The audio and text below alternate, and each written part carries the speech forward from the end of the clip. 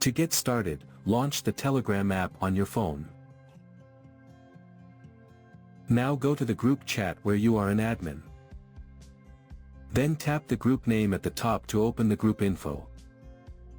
You will see a list of all group members. Long press on the name of the member you want to make an admin.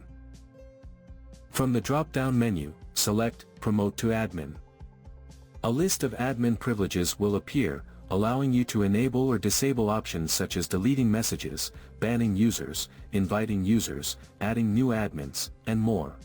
At the bottom, you can assign a custom title to the user. Keep in mind that this title will be visible to other members instead of admin. After that, tap the checkmark in the top right corner to save your changes. The user has been promoted to admin, and will now have admin privileges in your group.